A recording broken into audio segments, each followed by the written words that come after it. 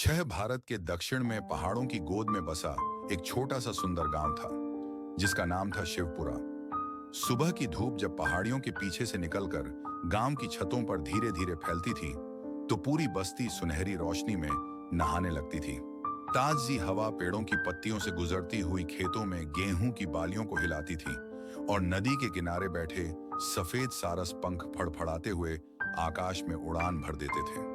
गांव में मिट्टी के घर, कच्ची गलियां, छोटे छोटे तालाब, हर आंगन में तुलसी का चौरा और हर सड़क पर गाय बकरियों का झुंड दिखाई देता था। महिलाएं सुबह नदी किनारे कपड़े धोती, बच्चे पेड़ पर चढ़कर इमली तोड़ते और बूढ़े बरगद के नीचे बैठकर कहानियां सुनाते। इसी शिवपुरा में रहता था एक युवक। उसका नाम था हरिनारायण। गांव में सभी उसे प्यार से हरि बुलाते थे। हरि साधारण से घर में रहता था। यकीन और मेहनत उसकी सबसे बड़ी पूंजी थी। उसके पास कुछ गायें और 2 भैंसें थीं जिनका दूध बेचकर वह अपने परिवार का पेट पालता था। सुबह सुबह वह उठकर पशुओं की देखभाल करता, चारा डालता, दूध निकालता और फिर एक छोटे से हाथ गाड़ी में दूध भरकर घर घर पहुंचाता। हरि का दूध पूरे गांव में मशहूर था। लोग कहते हरि का दूध Good quality, Hari. So fresh and pure. Yay, milk! Thank you all. We trust your delivery. और लोग उसके ईमानदारी की मिसाल देते थे। लेकिन गांव में हर कोई ऐसा नहीं सोचता था।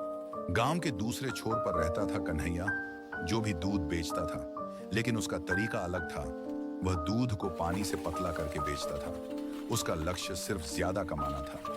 धीरे धीरे कन्हैया को लगा कि लोग हरि के दूध की तारीफ ज्यादा करते हैं और उसके पास ग्राहक कम आ रहे हैं। उसके मन में ईर्ष्या बढ़ने लगी। वह सोचता, दूध तो मैं भी बेच रहा हूं, फिर लोग उसके पास क्यों जाते हैं?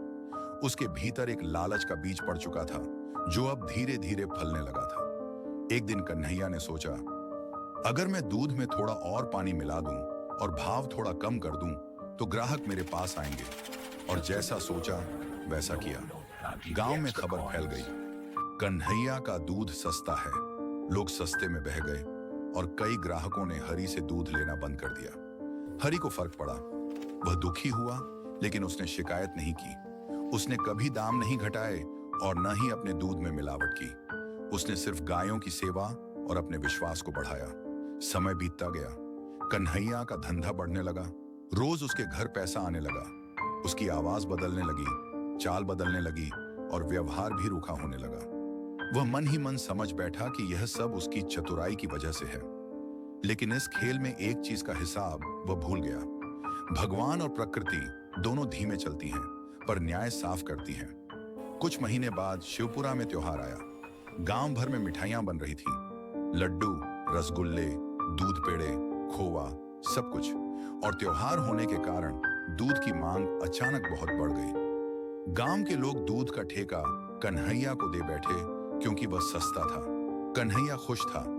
उसने सोचा कि इस त्योहार में वह खूब कमाएगा। उसने दूध और ज्यादा पतला किया और बड़े बड़े बर्तन गांव में सप्लाई कर दिए।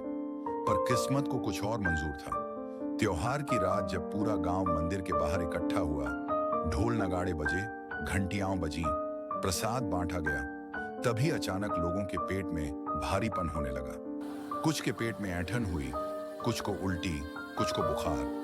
बच्चे रोने लगे, बूढ़े तकलीफ में कराहने लगे। गांव में अफरा तफरी मच गई। दूसरी तरफ हरि के घर कोई परेशानी नहीं थी। वह चूल्हे पर दूध गर्म कर रहा था और परिवार के साथ त्योहार की मिठाइयां खा रहा था। गांव वालों को जल्द ही समझ आ गया कि गड़बड़ दूध में थी। प्रसाद के लिए दूध कन्हैया से लिया गया था और वही दूषित निकला। अगली सुबह गांव के मुखिया ने पंचायत बुलाई। पूरा गांव कन्हैया के दरवाजे पर जमा था। गुस्से में लोग चिल्ला रहे थे। मुखिया ने पूछा, सच बताओ कन्हैया, तुमने दूध में क्या मिलाया? कन्हैया घबराया, पसीने से तर, चेहरा फीका पड़ गया। उसने पहले बहाना बनाया, पर जब और पूछताछ हुई तो सच उसके गले से निकल ही आया। उसने मान लिया कि वह महीनों से दूध में पानी मिला रहा था और त्योहार पर ज्यादा मिलावट की थी। पूरे गांव में उसकी बेइज्जती हुई। लोग उसे दूध खरीदना तो दूर, देखना भी नहीं चाहते थे। उसकी दुकान बंद हो गई और ग्राहक चले गए। दूसरी ओर हरि के घर लोग खुद पहुंचे।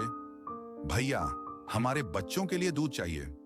दीदी, कल से हम सिर्फ आपसे दूध लेंगे। हरि, तुमने कभी मिलावट नहीं की, अब हमें भी समझ आ गया। हरि को अतिरिक्त कमाई नहीं चाहिए थी। उसने सिर्फ इतना कहा, ईमानदारी हमेशा देर से जीतती है, पर जीतती जरूर है। समय बीतते बीतते गांव ने फिर से उसी पर भरोसा किया। उसकी गायें बढ़ी, आय बढ़ी, सम्मान बढ़ा और कन्हैया वह गांव छोड़कर कहीं चला गया। शिवपुरा ने एक बात हमेशा याद रखी, सस्ता अक्सर महंगा पड़ता है और सच हमेशा मीठा होता है।